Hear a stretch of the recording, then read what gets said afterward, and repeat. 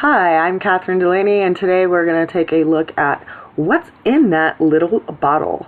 Perhaps you've walked into the natural hygiene section of a natural food store, or you've heard people talking about different things, and you're wondering what the difference is between all these different botanical therapeutics. And what I'm speaking about is, for instance, homeopathics, flower essences, herbs, capsules, honey extractions, oil infusions, apple cider vinegar extractions, tinctures, and even essential oils and hydrosols. Because even though these different preparations and extractions of herbal medicine are made and often made from the same plant, they have different things in their extraction. So today I want to talk about and just share a little bit of a snapshot of each of these different forms of herbal therapeutics and talk about how it developed, how these particular therapeutics are made, how concentrated they are, if there's any cautions associated with them, and how to use them. And if there are any of these botanical therapeutics that I speak of that spark interest for you, please feel free to mention it in a comment below so that I can make a more in-depth video about that particular herbal therapeutic. I am certified in the areas of herbalism, aromatherapy, and nutrition, and I also have studied flower essence therapy. I am a professional medicine maker and teach medicine making at a local herbalism school. So let's start off and look at just the range of concentrations as far as it goes for herbal therapeutics. Now, we have homeopathics, which homeopathics are probably the most dilute form of herbal medicine, and they come in a range of different concentrations, just even within their own spectrum.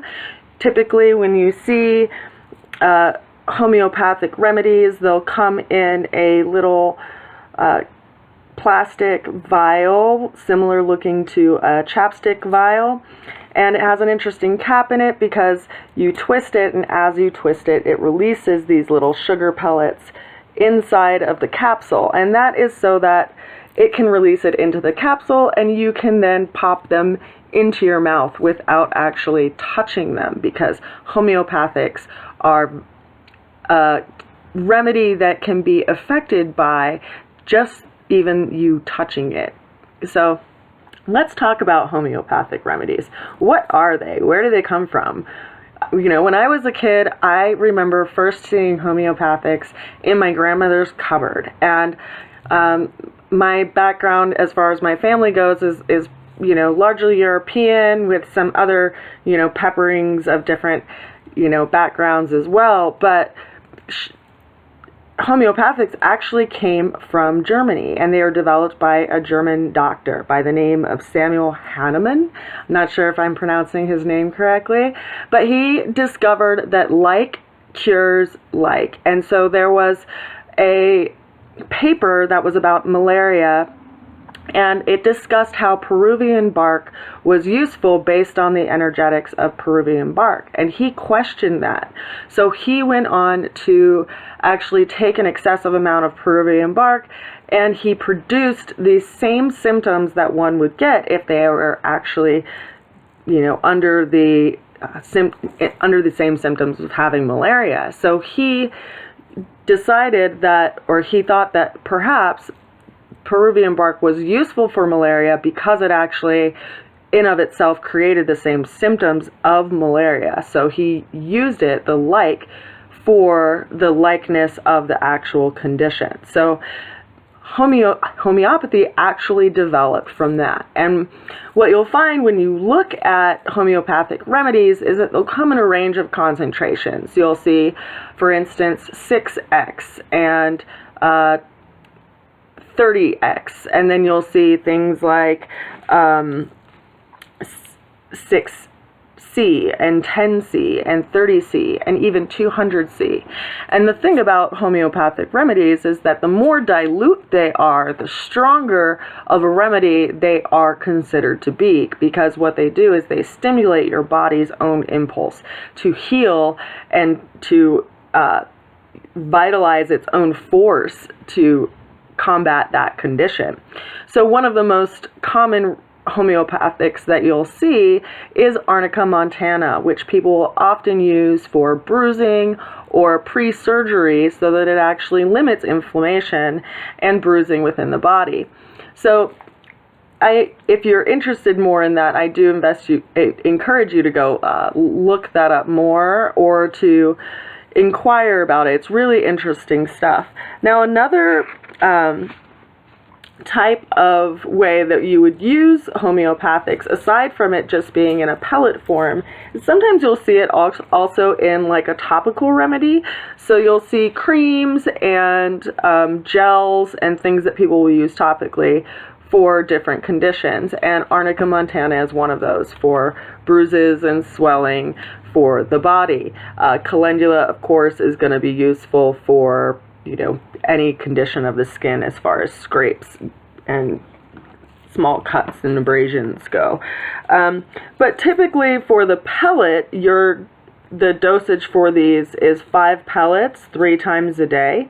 And the way that people are advised to take them through homeopathic schools and practitioners is that if you are having a more long-term condition, you're going to use something that is less diluted. So you're going to use something that's more in the range of like 6x, 10x, or 30x, which basically means that is the potency of that homeopathic remedy. If you have an acute condition or something that, for instance, it isn't a long-term condition, it's like you just injured yourself by stubbing your toe or, doing something recreationally like skiing or playing a sport, you're going to use something that is actually more dilute but is said to be of higher strength.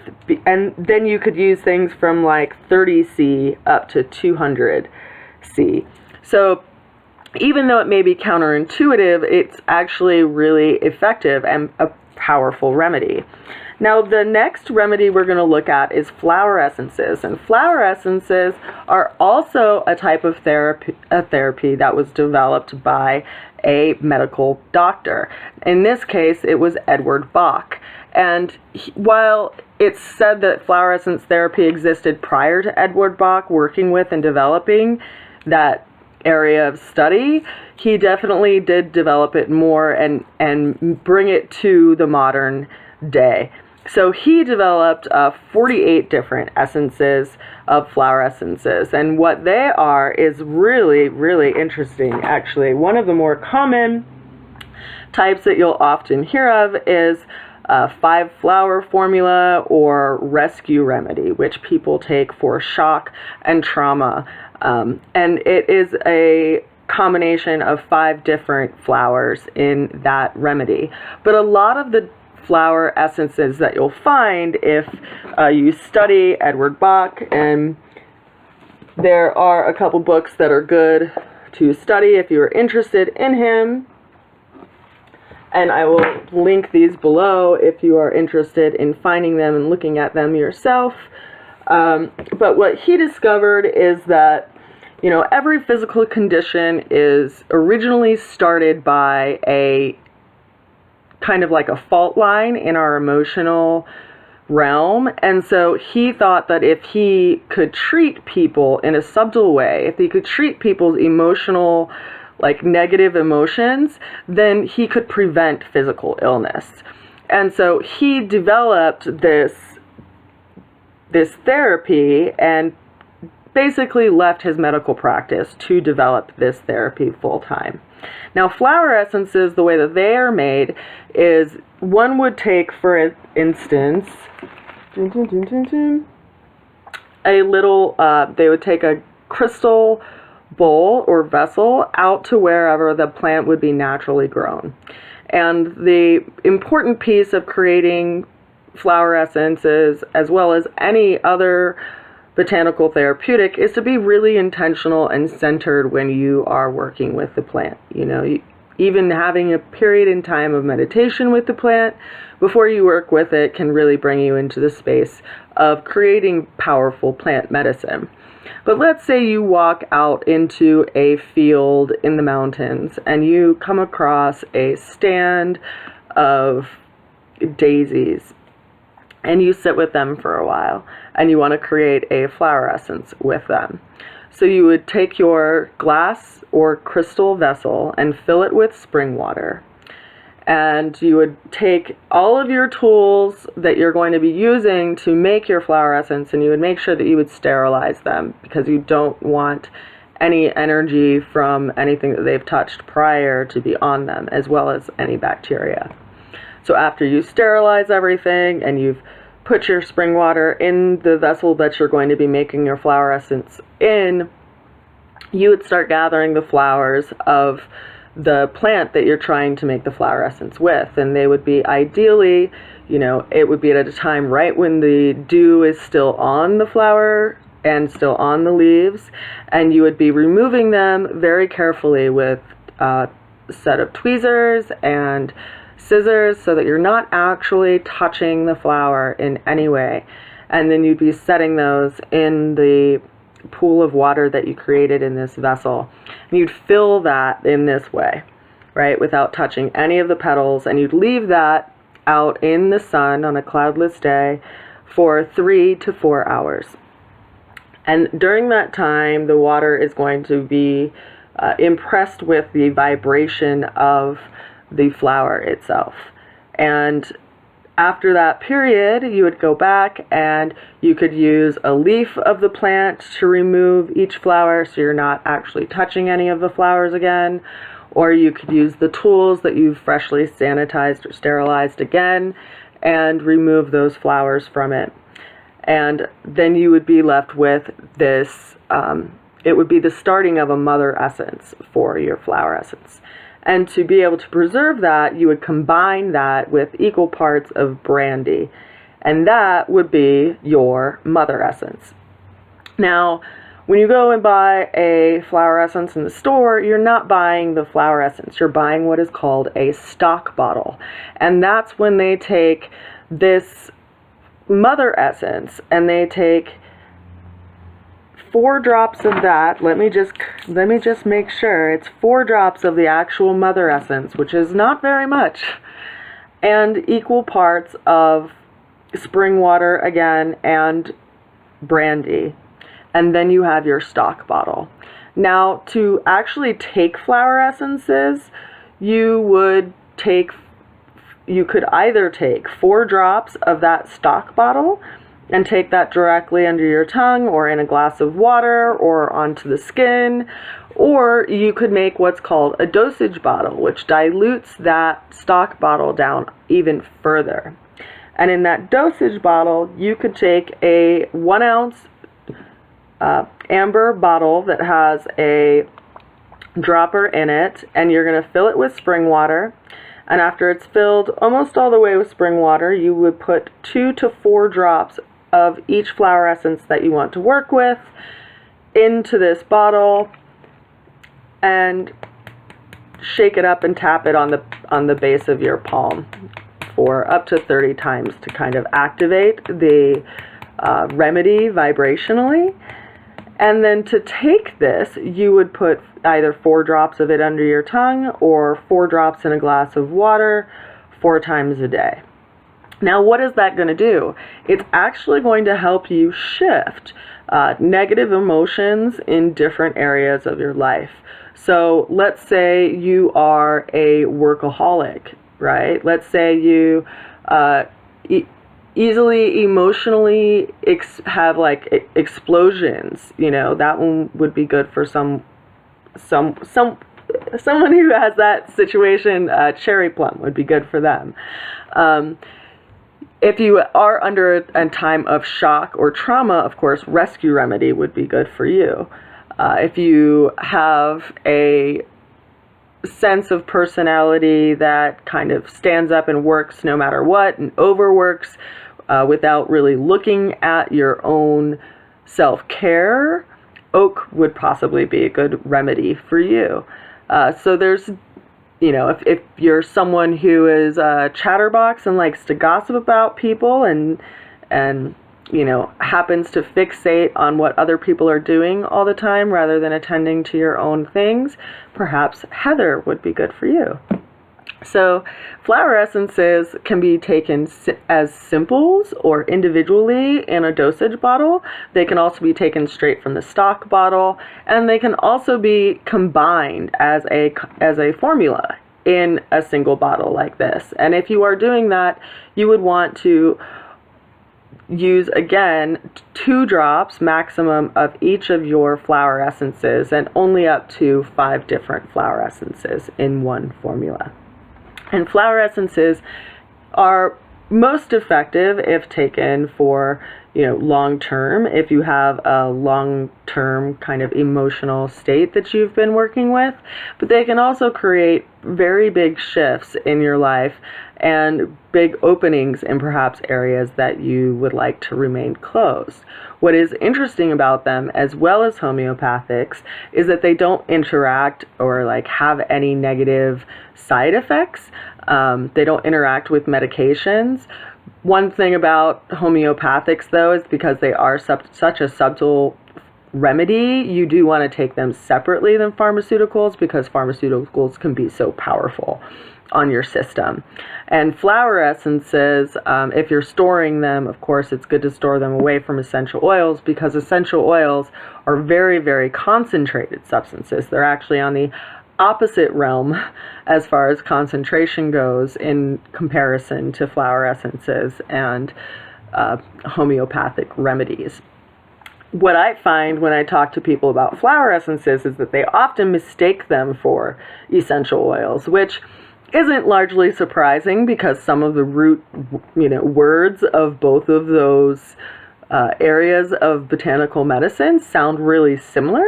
Flower essences sound similar to essential oils, which are often made from flowers, so people do often mistake those. But flower essences are very dilute. If you smelled every flower essence that's in this little box, they would basically smell like just water and very diluted brandy. They would not smell anything like the actual botanical that they are made from.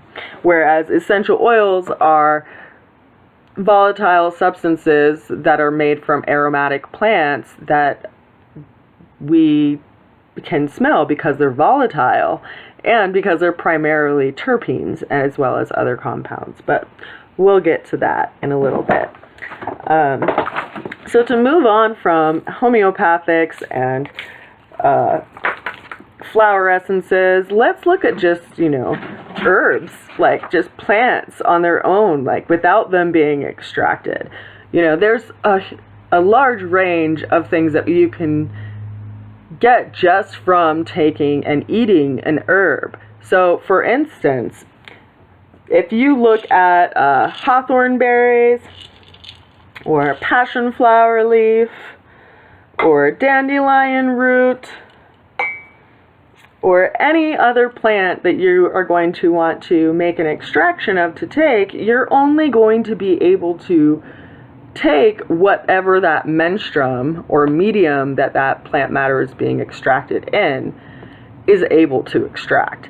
But if you're actually consuming the plant itself, then you're getting all of the compounds and constituents that are in that plant. You're getting all of the fiber, all of the vitamins, all of the minerals, all of the volatile oils, and you're getting it in its full plant matrix as it was intended. Once you start extracting it in any form, you're only going to be able to get what that extraction process or the menstruum used in that extraction process is able to extract. For instance, homeopathics extract, a very subtle form of the energy imprint of that plant. So you're not actually consuming the plant. There's no powdered plant in that remedy. It's very, very diluted. Similarly to flower essences, only flower essences are, even more vibrationally and meant and intended for emotional situations and things that we are working with and dealing with. But again, even those things can manifest into physical conditions. Like if we have a difficult time speaking our truth, for instance, that could later manifest into a sore throat, which I've personally experienced in my life. But having confidence is something that we could get help with in the realm of flower essences. So that's where we can prevent ourselves from developing a physical condition because we aren't speaking our truth. Just as an example. But if you wanted to actually get the, nutritional value of a plant or botanical, for the most part, people are consuming it. And so you could either, grind or powder up the plant itself, like in a coffee grinder or in what's called a stone grinder. And then in that powder, you can then shake onto your salads or shake onto your foods or put into a smoothie or even put into a little glass with some hot water and, create what in traditional Chinese medicine they sometimes call juice, which is just, powdered plant that's been, reconstituted with hot water. But with that powder, you're getting the whole plant again. And whereas, in other forms on either realm, you're only getting what you extract. So other ways that you can use powder in addition to, just shaking the powder itself onto your food or into your smoothie or drinking it, you can also combine it with honey and make like little honey pills. And so you're basically just making a thick paste, a honey paste, which we'll talk about in just a moment. And I can teach you how to make if you're interested. And you're making it so thick that you can actually make it into a ball and then losing some of the moisture of the honey so that they don't stick together. And in this way, you can get the full spectrum of constituents that are in your herbal material without it being extracted. And you can also, because honey is a corrigent and it sweetens things, you can also do things like create bitter honey pills if you want to have a bitter but you can't take in alcohol, for instance. So there's definitely some benefits of working with herbal powders and honey when it comes to herbal medicine. Now, if you go to, the realm of just water extractions, which is probably one of the most common ways that we've used herbal medicine throughout the years, and it's arguable that we've been using herbal medicine since mankind has existed because we need plants to breathe and we need them to eat and we, respond to aromatic things, much like other creatures that are similar to us, that are mammals.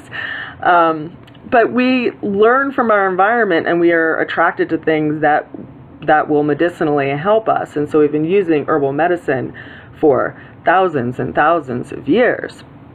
But when you go into the grocery store these days, you'll see herbal medicine show up on the shelves in a lot of different ways. And some of those ways, you'll just see like it is literally just the powder of the plant. So this is Schisandra. And if you look at this, it's just a capsule of Schisandra. And when I open it up, it is a gelatin capsule and I can crack it open and it is literally like just powdered Schisandra berries. And I could take this, with some hot water as a tea, or I could swallow the actual capsule itself. Now, there's also something, that you'll see on the shelf, which is actually more of an extract. And they also come in capsules. So it might be of use to just look at the bottle and see what you're getting, because once things start to be extracted, you're no longer getting the whole plant, you're just getting the constituents that they are aiming to extract. And a lot of those products are based on research that's shown that this particular constituent is useful for this condition or has these actions on the body. But in truth, the plant itself in its whole form is typically more balanced and easier for the body to use.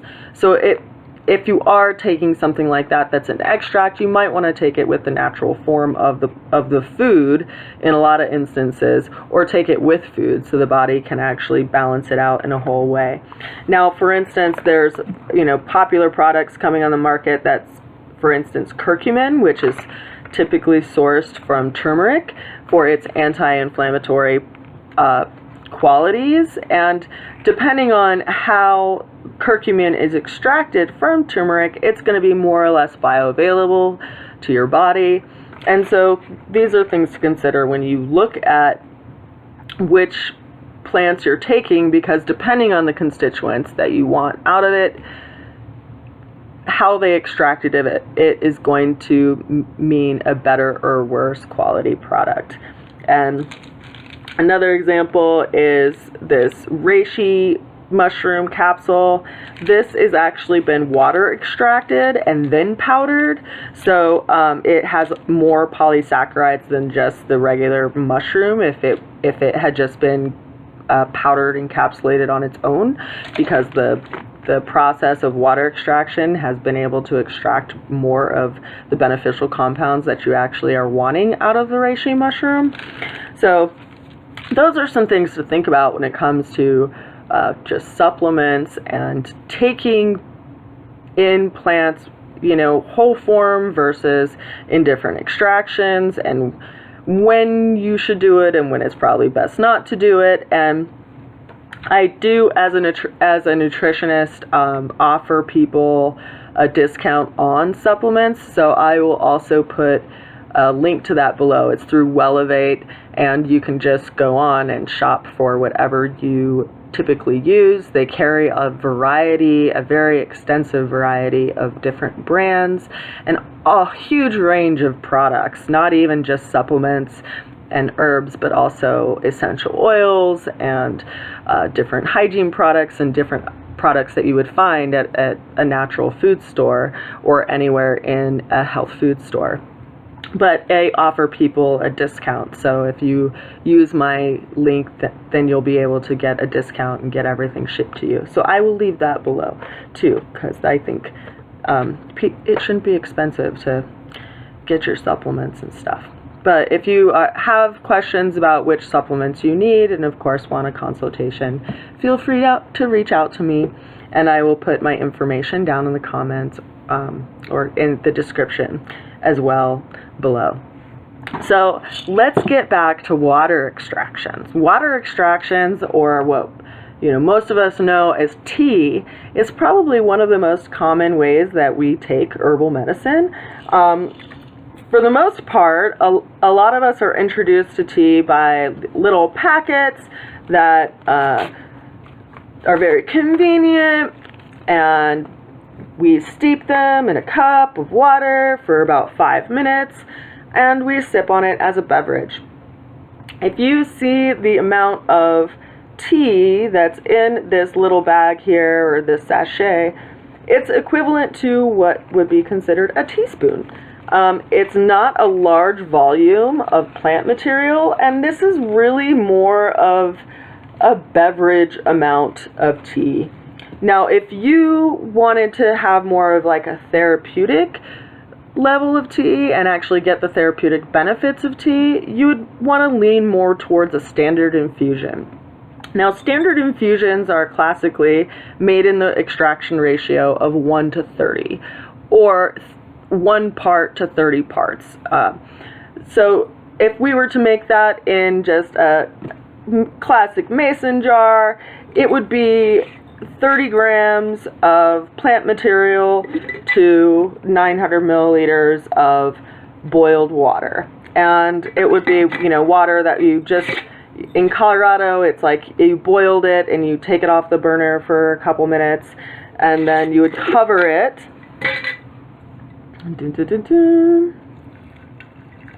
with freshly boiled water. I was a barista for many years, so I have hands that can tolerate hot water on glassware. And then you're going to shut the lid. And this standard infusion you could let sit anywhere from 20 minutes to overnight. And if you let it sit, for a number of hours, you can walk by and shake it so that it gets lots of, the herbs dance with the water with a lot of contact and surface area. And then after the amount of time that you want to infuse it, you would strain it and drink this entire jar throughout the entire day. So you could basically drink it in 3 different sessions if you want, or just strain it and then sip on it throughout the day. And this would be a standard infusion. And you could make a standard infusion with, a simple herb, just a single herb, or with a formulation of different herbs. And, of course, some herbs are going to be really delicious to drink on their own, and you'll learn the energetics of those herbs, like whether or not it's more cooling or warming, as in the case of ginger, which I'm sure you can imagine, or if it's more drying or moistening, which if you have ever had rosehip tea, you might have an idea of what that's like. So the energetics of the herb and the characteristics of the herbs can really be learned if you drink them as simples, or as simple infusions, or as simple decoctions, or even try them as simple tinctures. But then in the most instances, you'll learn about the herb and you'll want to make a formula to balance it out. For instance, if there's a dry herb, you may want to add a moistening herb. Or if, you have a really hot constitution, you may not want to have a hot herb. So you may want to be drinking teas that are more cooling to your nature, but not overly cooling, because, we don't want to make ourselves have a cold constitution. So it's bad for digestion. But for the most part, infusions and decoctions are what we're looking at for therapeutic dosages of something that we would most often refer to as tea. And the difference between infusions and decoctions is that an infusion is basically a steeping process. The standard infusion is a 1 to 30 extraction. You could make a stronger infusion that would be like a 1 to 15 extraction, which means, you could still use the same ounce, or 30, roughly 30 grams, 28 grams is an ounce, but you could use 30 grams to just 16 ounces rather than the 32 ounces or 30 ounces that you have in your jar, and make a stronger infusion. But typically we're going to use infusions for more tender plant parts, like flowers, leaves, soft berries like rose hips. And decoctions are a process that we're going to use for plants that have a more dense matrix, like hard berries such as hawthorn berries, or roots, or barks, and things that are, harder to get into, that you couldn't really get much out of by just steeping it, even if you steeped it for a long amount of time. So those more dense aspects of, or those more dense botanicals that we want to extract with water extraction, we're going to use the process of decoctions.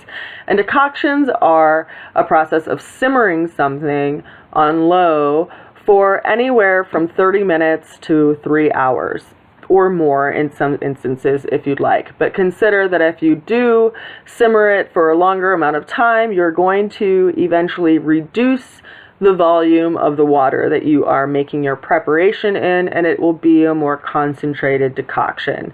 So just consider that. You can also always bring the water level up to the original volume if you want it to be the same strength. And decoctions, just like the infusions, we typically would make in a 1:30 extraction ratio. So, for instance, 1 part to 30 parts, or 30 grams to 900 milliliters, for instance, in volume. Now, what are we going to get if we extract something with water? Well, it's not going to be the entire spectrum of constituents that are in that plant. It's going to be only the constituents that are polar in nature and that are highly reactive and are going to be attracted to water. So we're going to get primarily minerals.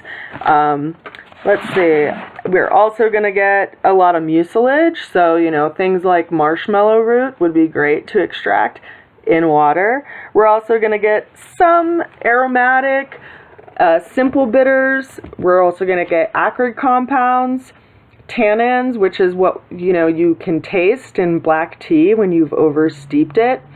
It has that astringent action or tonifying action on your mouth, and you'll be able to extract those tannins out of tannin-rich or astringent herbs. And then you can also get starches and carbohydrates. The things that you're not going to be able to extract really well in water as a menstruum are essential and volatile oils. You'll get some of them, but you're not going to extract it very well because they are they're more lipid soluble and less polar in nature. So they're going to be more attracted on the opposite realm into the oil extractions. So in water, right, oil isn't attracted to water, so you're not going to get very many of, or very, you're going to get very, very little of those flavorful aromatics, and you're not going to get any oils or resins in a water extraction. So then we go to deeper aspects and more, advanced aspects, I guess, of medicine making into alcohol extractions, or what's classically known as a tincture, and now in modern times we clarify it as a hydroethanol extraction. And what is that? That's an extraction that's made with a menstruum that's a combination of water and alcohol. And if you're looking at tinctures, which tinctures are most often taken internally, and they can also be used externally as a liniment. But tinctures, if you look at the back of their bottle, they are typically going to have different extraction ratios in some instances and different percentages for their strength of alcohol in their menstruum.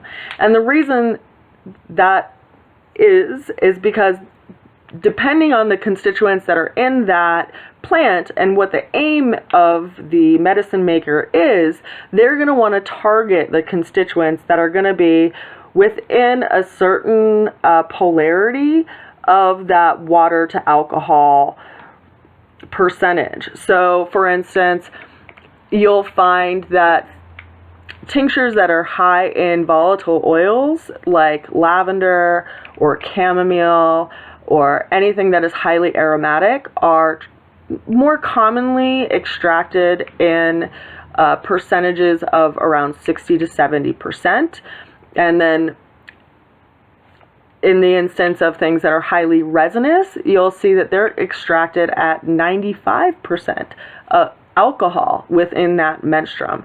And that's because the resinous compounds are going to have a low polarity and they will go into the alcohol, whereas they won't go into the water, which has a high polarity. So you'll need more alcohol to actually bump it up and be able to extract those resinous compounds, just like those lipid soluble compounds, which are targeted around 60 to 70% if that's what you're going for a hydroethanol extraction.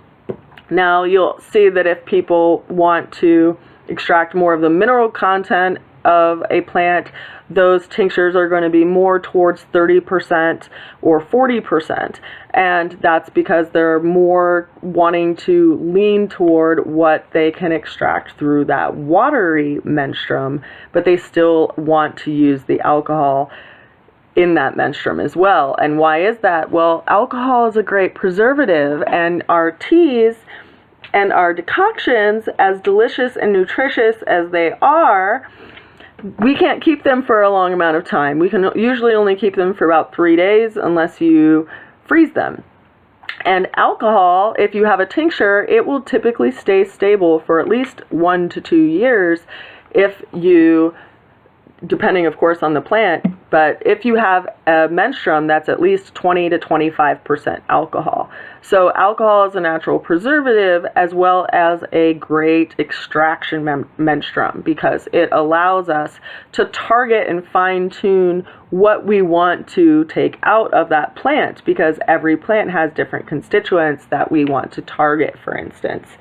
You know, interesting stuff, I think, anyway. But if we go from, if we look at alcohol extractions, there are some positives and some negatives of working with alcohol extractions, right? Like, some people have a problem with taking alcohol, whether it's, like a history of their family abusing alcohol and they're sensitive to it, or they're just sensitive to it physically, or they're a kid and you don't want them to take alcohol. So alcohol may not be, or tinctures may not be the best form of medicine for everyone. And we have to consider that not every plant is equal and not every tincture is created equally. So dosages are going to be different depending on the plant. And some plants have a low dose warning in that they can be very dangerous to the liver if they're taken in high dosing. And as I had mentioned before, we each have our own constitution, whether we lean more towards moist or dry, and whether we lean more towards hot or cold. And if we take an herb that pushes our constitution to an excessive precipice, it can sometimes be dangerous for us physically. So it is important to pay attention to those things when working with herbal medicine, which is why it's nice to have a mentor or a teacher or an herbal practitioner that can guide you with that stuff. Because there are lots of times that I've found with some of my clients that, for instance, they'll have excessive bleeding in menses, but the tea that they drink every day is very stimulating, and it is a menagogue, so it actually stimulates bleeding, and they drink it all the time. So it's things like that that can be learned when working with a practitioner, which can be really helpful. But again, not, even though tinctures can be really effective and they can be great in, if we're traveling, and they can be really fast acting for acute situations, they're not necessarily going to be the best solution for all people. And so then you can look towards other extractions that are available as well. And one of those, which I had referenced before, is a honey extraction. Now, one of my teachers brought back this information when he had traveled overseas, and he calls it the Arabic honey paste. Now, in some cultures, you can't have alcohol. So in these cultures, the people prepared all of their medicines in honey. And what they did, as I referenced earlier, is they would actually grind the herbs for that condition or that simple herb on its own. They just grind it down to a powder, and they would mix it into warmed honey until it could be made into a spreadable paste, which is something that I teach people how to do. And then that could also be made, as I had referenced earlier, even further into a honey pill if you prefer. And of course, that's a great way to have herbal medicine as a part of your daily life, but it's also not a perfect solution for every situation, because diabetics can't take honey. So, that there may be a different solution for them that we need to look forward to.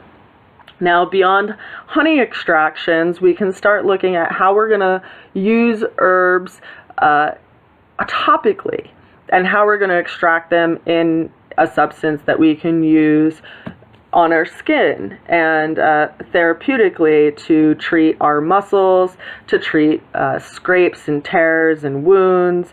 And then we are going into the realm of oil extractions. And oil extractions are very different. For instance, if I said that I have lavender oil versus if I have lavender essential oil, I'm speaking about two very different things.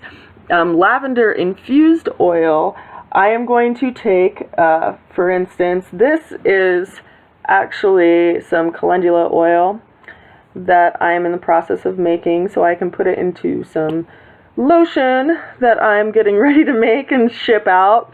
But you're taking ground plant material and you're infusing it in warmed oil.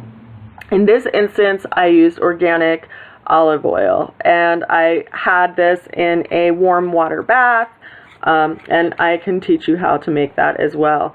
I teach that as one of the basic medicine making skills at the school that I teach at. But in the case of lavender oil, instead of using calendula, you would be using lavender. And so I infuse that in a double boiler or a water bath for anywhere from 3 to 4 hours. I strain it, and then I use that oil for either putting into products that I'm going to be making, like creams and lotions. You can use it as a hair treatment. You can also use them if you are infusing something like rosemary or something that's more of a culinary herb. You can use those in your foods, as well as topically if you like, because, rosemary oil not only would be tasty, but it also would be great for your hair. Just saying. But the oils are going to primarily only going to extract what is attracted to going into oil, right? So the volatile oils are going to go into that oil. So this lavender oil that I have does smell slightly like lavender, but it's not going to smell like lavender essential oil, right? It's totally different as far as concentration goes. And when we're looking at oils again, it's not going to extract any minerals, right? Because minerals are attracted to water. They're not attracted to oil because the oil has a low polarity and the minerals have a high polarity and water has a high polarity. So they are attracted to water. So the oils are only going to be able to, extract this small range of constituents. So they're not all equal, even though they're made of the same plants. So beyond that, let's take a look at, we've basically gone from homeopathics, which is really dilute, flower essences, which is like a vibrational medicine, which is also fairly dilute. We have the actual whole plant, which is, just the raw plant material itself, and the powders. And then we have the powders that we can put in with honey. We have a honey extraction that we can make, and in the honey extraction you would be making an infusion similar to the oil infusion that I made, but it's going to extract mostly water-soluble things because it's closer to that, even though honey isn't technically water-soluble. But it's not going to take out so many minerals and constituents in that realm, but it will get some of the volatiles. It's a very unique substance in that way.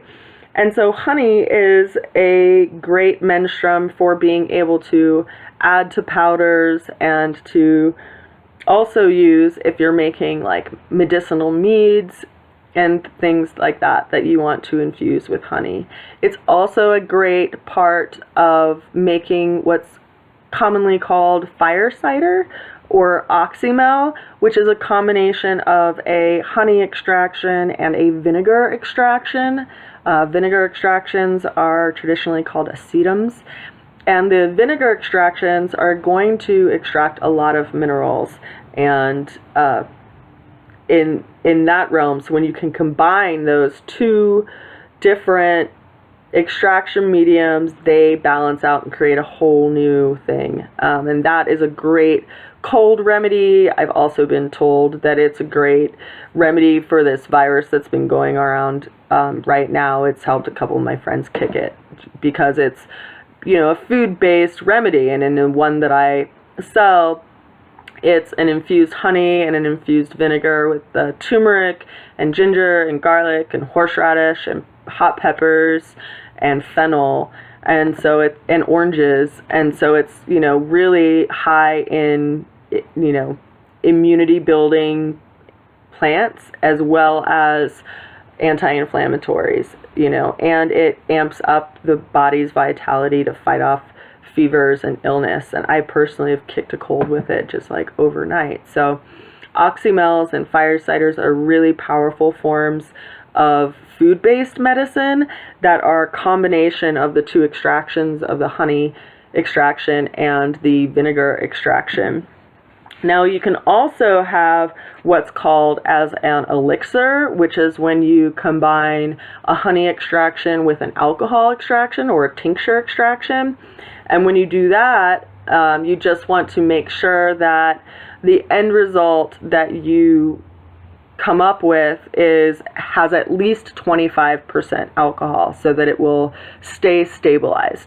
So for instance, a elixir that I made recently for Valentine's Day or for February, because there was a lot of heartache with loss and different things, in my own personal world and other people's worlds that I knew. I made an elixir of linden and hawthorn berries and ginger. And in that case, I had the tincture of the linden and the ginger, and I combined it with a hawthorn berry honey infusion, and I called it the Golden Heart Elixir. So that was a really nice elixir, but I had to make sure that I, could keep it preserved. So I made it so that it was at least 25% alcohol. So if that's something you would like to know how to do and learn how to do, let me know, because I'm forming a medicine making class, and that would be more of an advanced medicine making class, but I'm also going to be offering them individually for people who are interested in those sorts of things. So you can make elixirs for not only, emotional remedies, but you can also make, an elderberry elixir and make a tincture of elderberries and also a honey extraction of elderberries and combine them as a elixir, and that's a good therapy and a strong therapy for people as well. The apple cider vinegar extractions on their own are great for incorporating into your life just to add more minerals into your life. Like a really beautiful apple cider vinegar extraction might be a hawthorn berry hibiscus flower with garlic and rosemary and thyme, so that it's like a cardiac, like a tropho-restorative for the heart, because of, not only the colors, but also the herbs that you choose. And then you can use that vinegar on your salads and, even in like some fizzy water as a tonic for the day. It's actually pretty nice to drink it if you have it flavor profiled correctly.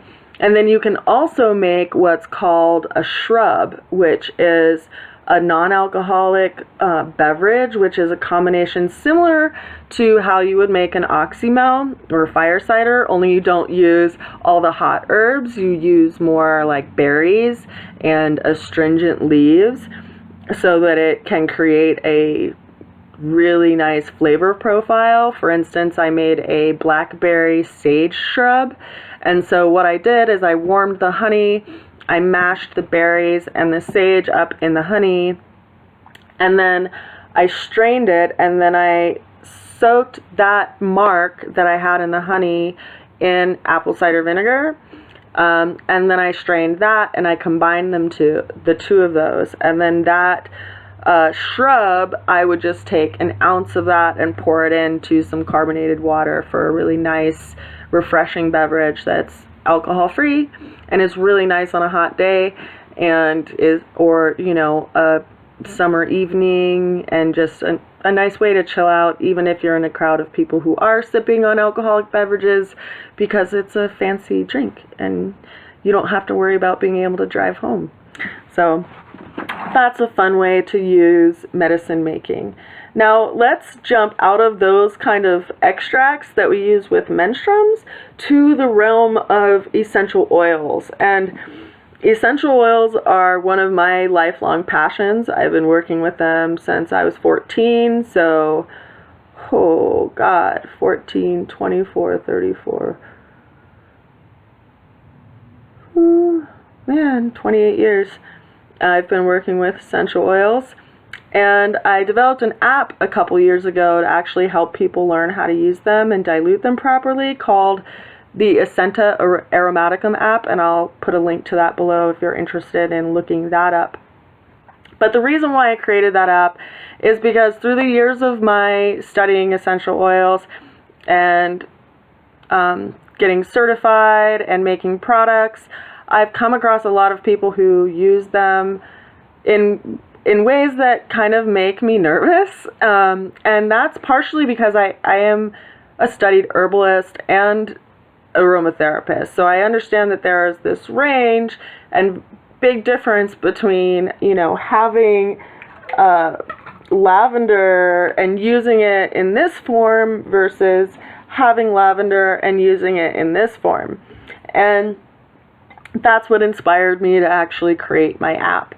So today I just want to talk about essential oils and where they come from and how concentrated they are and how to use them and dilute them, hopefully properly, and even some cautions around using them.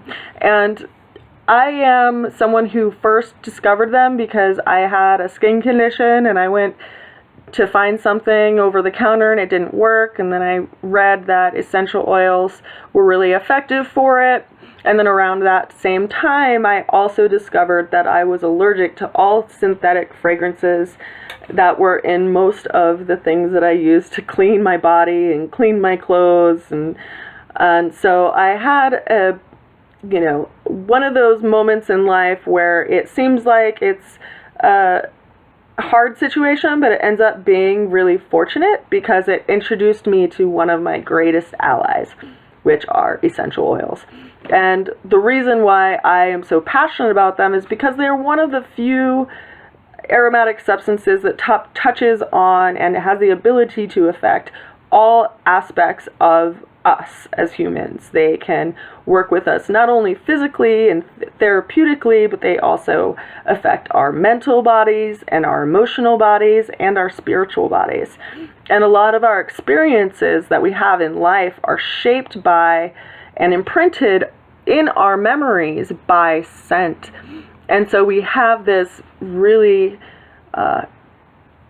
integrative and interwoven relationship with scent and memory, and I find that really intriguing. And the fact that they come from plants. But initially I just started working with them because I was allergic to all things synthetic, and so I started making my own products, and then I started making my own salves, and I started learning how to make lotions because I couldn't find any that I could buy that I could actually put on my skin without itching myself to pieces. And so I started making products at a really young age. And when I was working with essential oils, I found them to be really, really powerful. And just to differentiate, when we find flower essence, for instance, flower essences come in little dropper bottles. You only use a few drops of them in water. They're meant to be consumed internally, and they're a vibrational medicine, and you can't really overdose on them. Like, really less is more in this instance. Like, you only want to use 4 drops 4 times a day of a flower essence. And if you use more, it's not going to be more effective, actually. It's just going to be a waste of what you bought. Tinctures, they also come in dropper bottles. Their dosage is anywhere from 1 to 3 mils, which would be like a full dropper, is typically like around a mil. Anywhere from 2 to 3 times a day, perhaps just in an acute situation. But if it's a formula people are taking daily, it could be taken 3 to 4 times a day. If it's an acute situation like an asthma attack, they may be taking a lot more than 3 mils of tincture. But they're just going to take it for a small amount of time to get through that episode until they can actually get to the hospital or get to their inhaler, right? But depending on the condition and depending on the herb, the dosage is going to be less or more, and it comes in a dropper bottle. Now, capsules come in capsules, so they are meant to be taken internally, which seems pretty common, pretty basic. Essential oils, they come in really interesting bottles. So they come in bottles that usually have some kind of child lock to them. They can sometimes be tricky to open. They don't typically come with a dropper on top of them because they're so volatile that the terpenes that are in essential oils can actually break down that rubber in the dropper, like in the actually plunger part of the dropper that, you know, we see in tincture bottles. It can break it down and it can melt on top of your bottle. So if you have essential oils and you use them in bulk, don't store them with the dropper bottle, like with the dropper on top of them. But most essential oils have a little dropper built into them. It's called a Euro dropper. It's so that you can measure how many drops are going to come out, and also so that it slows down how many drops come out because it's so concentrated. It, in some instances, could be dangerous if you had a bottle of essential oil just like dump all over either you or, you know, another person. So this allows you to measure what's coming out of the bottle in a controlled way. And so let's just talk about essential oils. Where do they come from, right? Like, essential oils, they're really interesting substances. They're very, very concentrated. I had a friend call me once and say, I have a lavender plant and I would love for you to come over and distill it. And I asked her, how many lavender plants do you have? And she said, I have one. I was like, well, I'm sorry, but it's not likely that I'll be able to get anything but just a couple drops of lavender from your plant. And she was in disbelief. And so to just give you perspective, this is 31 grams of lavender, and this would create 5 drops of essential oil. The way that essential oils are made, there's traditionally 2 main processes of making essential oils. One of them is through cold pressing them, and that is typically just used for citrus, because the essential oils in citrus plants are found in citrus trees are found in the rind of the skin. So in the instance of lemon, there's, you know, this is half of a whole lemon, and if I squeeze this, I would get lemon juice, which would have vitamin C in it. If I ate the pith of it, I would get bioflavonoids, which would also help benefit the absorption of the vitamin C. But the essential oils aren't in either of those parts, and the vitamin C also isn't where the essential oils are. So the essential oils are actually in the skin, where you see the pores within the rind or the skin of that lemon peel. And they're volatile, and they are also flammable. So essential oils are very, very different substances than the juice within the lemon. And some people have pointed out they can take varnish off of wood if, for instance, a bottle of essential oil is spilt on it. So they are very potent liquid substances that are derived from plants. They are typically derived from plants that are aromatic. You don't commonly see essential oils of plants that aren't aromatic, but they can be taken from a variety of different areas of the plant depending on the plant itself. Now, for instance, there's valerian root, so in that instance it would be distilled from the root. In the instance of lemon, it would be distilled from the lemon fruit. In the instance of orange, however, the orange tree provides 3 different essential oils. It provides the orange from the rind, which smells like orange. It also provides neroli, which is from the flower that blooms before the orange is developed. And it also provides petitgrain, which is the small undeveloped pieces of fruit that are still green and some of the leaves. So that one tree provides 3 different types of essential oils, and the tree itself is never harmed or cut down in any way. Then we also have sandalwood, which the essential oil of sandalwood comes from the heartwood of the tree, and so the tree has to develop and mature upwards of 20 to 30 years before it even has heartwood that can be harvested. The tree has to be cut down in entirety for that heartwood to be harvested for the essential oil to be made. So that's not necessarily the most sustainable essential oil, which is why you will often see it with a very high price tag, because it is very precious and it deserves a high price tag. If you're going to buy it, I suggest that you look for sustainable sources. There are some farms in Australia. I'm not sure how they were affected by the fires of 2020. But there are some sustainable farms in Australia that grow sandalwood for essential oil distillation in a sustainable way. So essential oils are, if they're not made by cold press extraction, similar to the lemon, which is basically a mechanical process of pressing the rinds so that they can physically extract the oils within the rinds of the plant. The majority of essential oils are made through the process of steam distillation. Now, the steam distillation process, if you can actually see on this very, very white book that I have here, you have a heat source, you have the boiling flask underneath, which is just filled with water. Above that, you have a biomass flask, which is filled with the plant matter. Then you have the distiller arm, which is basically where all of the steam is traveling through before it goes into the condenser. The condenser is a column that's surrounded with water, like very ice cold water that's pumped up into the column to basically condense the steam back into a liquid again.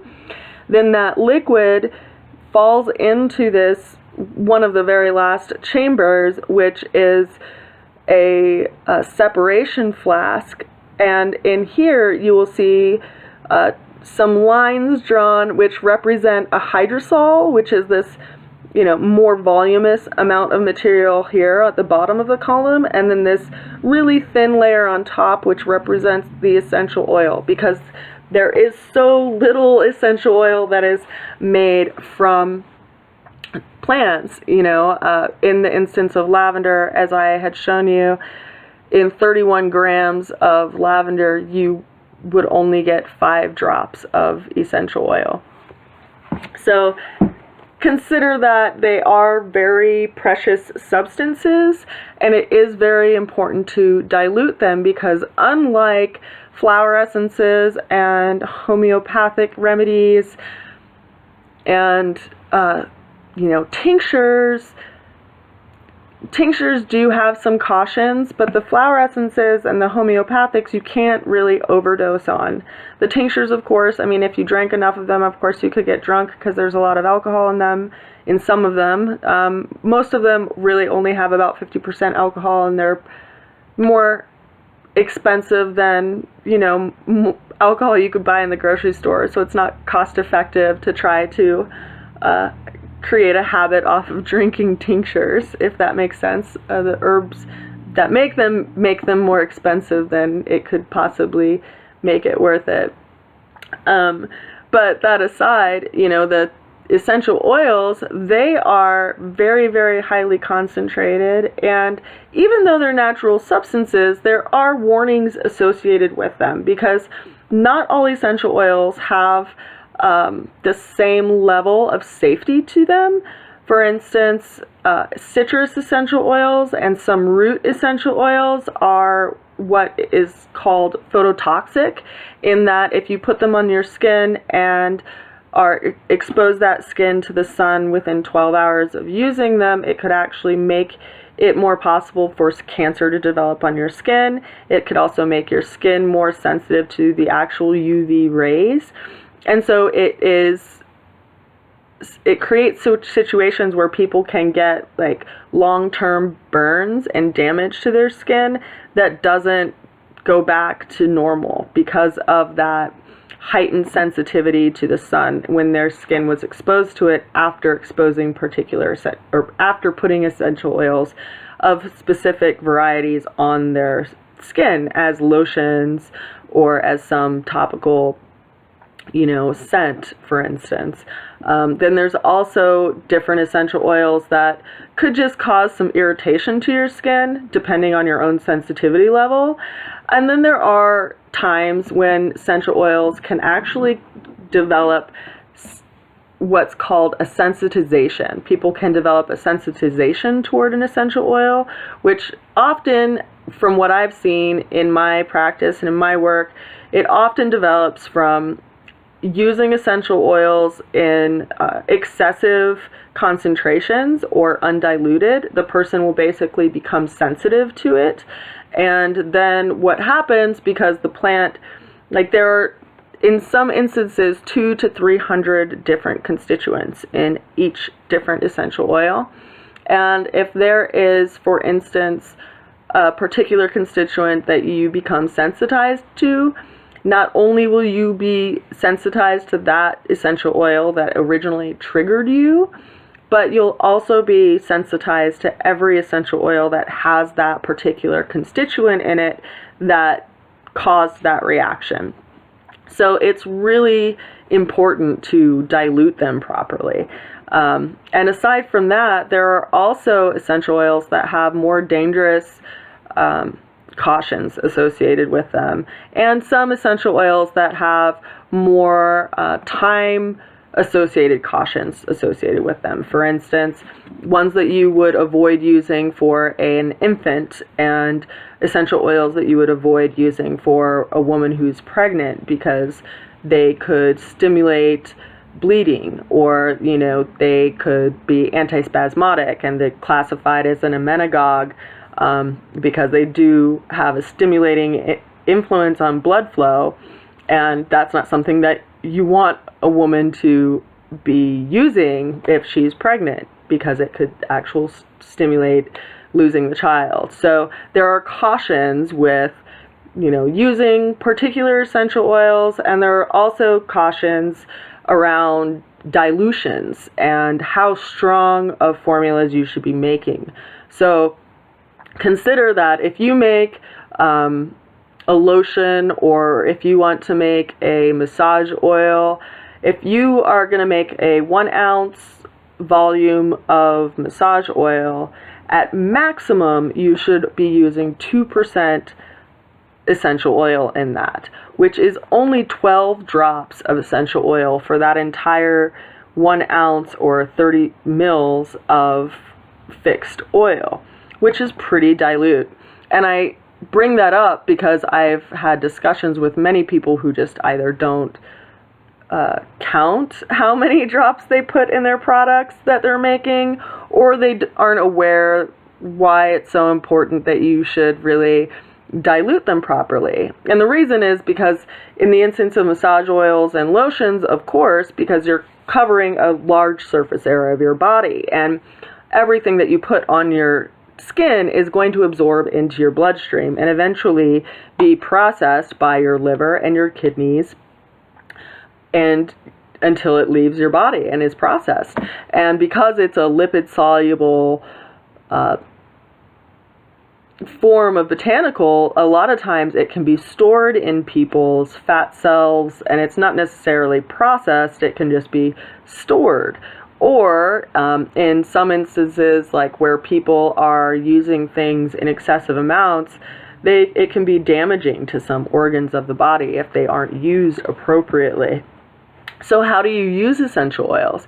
Well, traditionally, the most common way that you're going to use an essential oil is just to smell it. Like to literally just open up the bottle, right?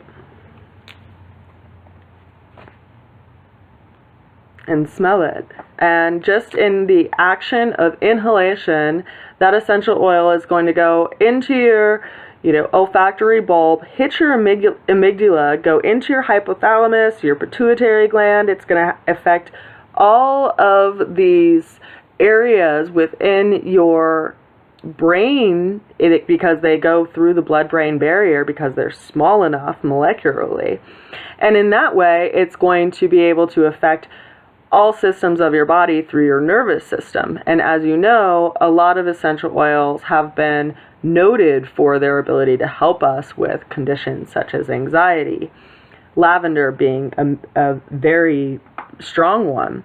But you can use essential oils and just by smelling them and get the benefit of them therapeutically, whether it's for clarity of thinking or to be awake and alert, or to be calm, or to help your immune system and to breathe deeply into your lungs and help open up your lungs, because not only are you having it go directly to your brain, it's also going down into your lungs and is able to, with its antimicrobial and antibacterial actions, and in some cases antispasmodic actions, it can be relieving for coughs and for infections that are in the lungs. And that's just by smelling them, right? Like that's not even about putting them on our body. We can get so many benefits just by smelling a bottle of essential oil.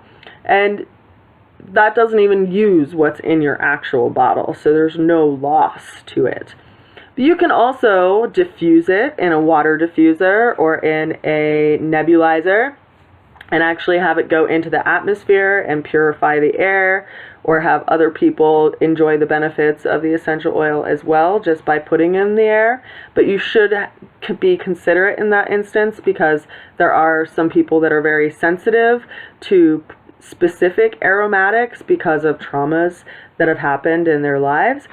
And I, for instance, have a friend who is very sensitive to peppermint, and while peppermint would be a very neutral scent for a lot of people and even considered pleasant by a lot of people, for her it triggered traumas of childhood, and it just sent her into a very emotional state that was hard for her to come down from once it was triggered. And so if you do create an environment that puts essential oils out into the environment, I ask you to consider, if it's a public space, it might not be the best idea, or at least, pick something that's very neutral that people aren't going to have a negative reaction to.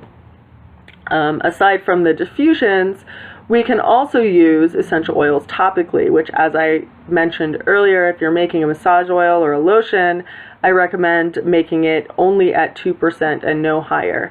If you're making a salve or something that's for a very small area on the body, that's for a localized area, say, just for the shoulders or just for your arm or something, and it's specific to pain, you could go upwards to 4% of essential oil. But I wouldn't go above 2% in any other situation. For instance, if you are trying to use something like create a remedy that's going to help heal a scrape, or that's in a salve for small scrapes and abrasions, I wouldn't go over 2% total of essential oil for that preparation. If you are looking at other populations that are sensitive, for instance, children or the elderly, children who don't have a very well-developed liver, or the elderly who have lived a long life and their liver might not be in the best conditions right now. You want to consider that, going no higher than 1% is really where you're aiming for, because everything that they put on their body is going to have to ultimately be processed by their liver. And you don't want to give the liver, which has over 300 jobs anyway, you don't want to give it a lot of extra work, because it does have to process that, and that is an area that can damage the liver, like excessive use of essential oils, because it does have to process it. So consider that. And also, if you are making a preparation for the face or any other delicate skin, you all should stay no higher than 1% as far as concentration of essential oil, because it's really not necessary. In talking to some friends of mine that work in the field and have worked with Aveda, they've done studies where, it's like, really, if you're making products and you're putting essential oils in your products, they're a pretty expensive ingredient, and there's no need to put more in a product than will actually gain you benefit, right? So if you get the benefit at 1%, why would you add 2% and just make it more expensive, when it's kind of wasteful, not only for the resource, but monetarily, and also for like the environment in general. So if it's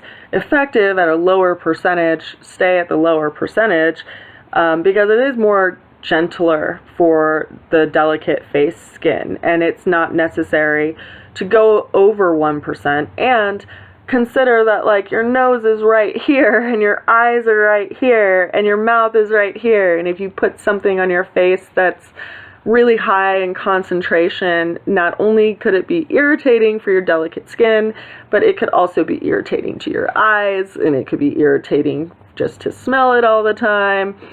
And that's what we do in this space. So keep your concentrations low at 1%. Now, that's as far as like topically and diffusing them. One thing that I do need to mention, because it is a controversial topic, is the ingestion of essential oils.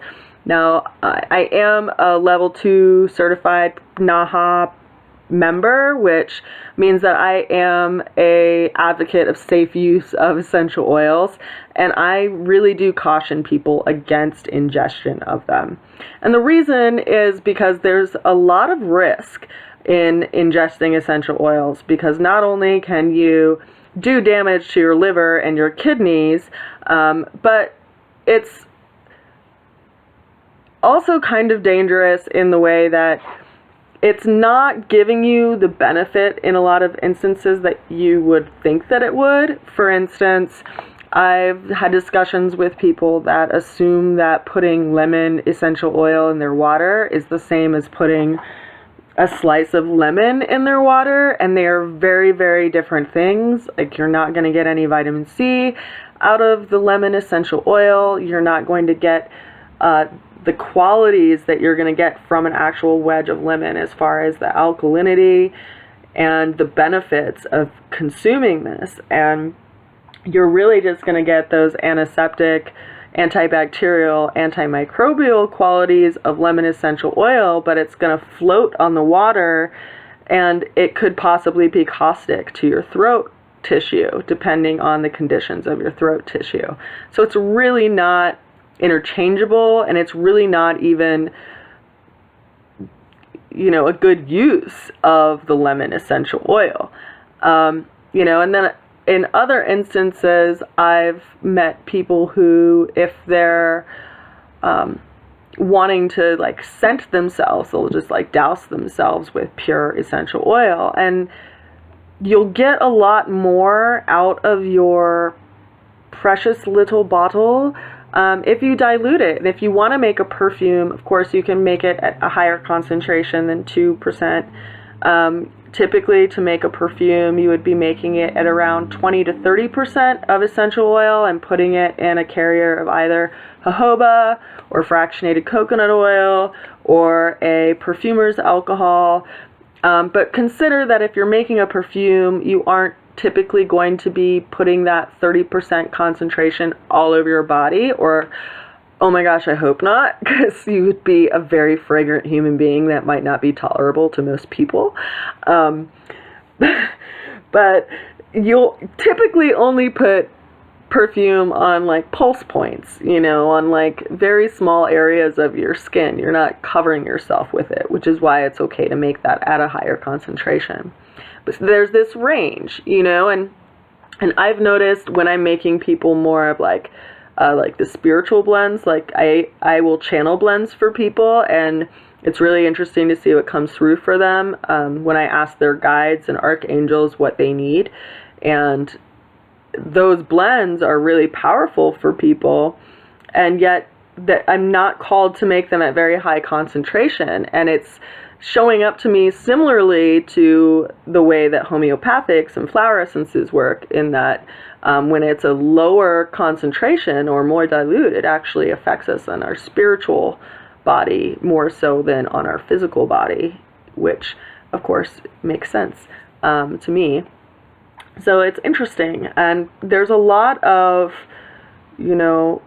allies in the, not only just the plant kingdom, right? Like you can go out and sit with a plant and get so much medicine from it just by like meeting the plant as if it was a friend and getting to know it just by observing it. You can get so much in exchange with that plant. And I do invite you to bring water or some offering to the plant when you sit with it in that way. But in all the other therapeutics that we have, there is such a range that we have access to. And there's something that everyone can use in some form that can help them. And plants have always been a part of our lives and have always been there for us to be integrated into our lives in a supportful way. And of course we do that to plants as well, as we seed them and grow them and take them as nourishment and take them as medicine and use them as sacrament and all of these things, right? Because people, even as for medicine, can even smoke plants. Like there's so many ways to use plants to help ourselves be well. But today I just wanted to give you some clarification on some different plant therapies, and if there is one that you'd like to learn more about, or have an experience of making and have me teach you how to make it, of course let me know in the comments below. And if there's a subject that you have more interested in, please let me know as well. And aside from that, I hope this video was useful to you. Feel free to let me know what projects you're working on and what plants inspire you to work with them, and if you have any fun or beautiful plant stories that you would like to share, because I have had my life redirected, it seems, by just taking respect of plants and having them be a huge part of my life, and I see it as a treasure that we all have access to. So let me know if you have any questions or comments down below, and I will see you again next time. Bye for now.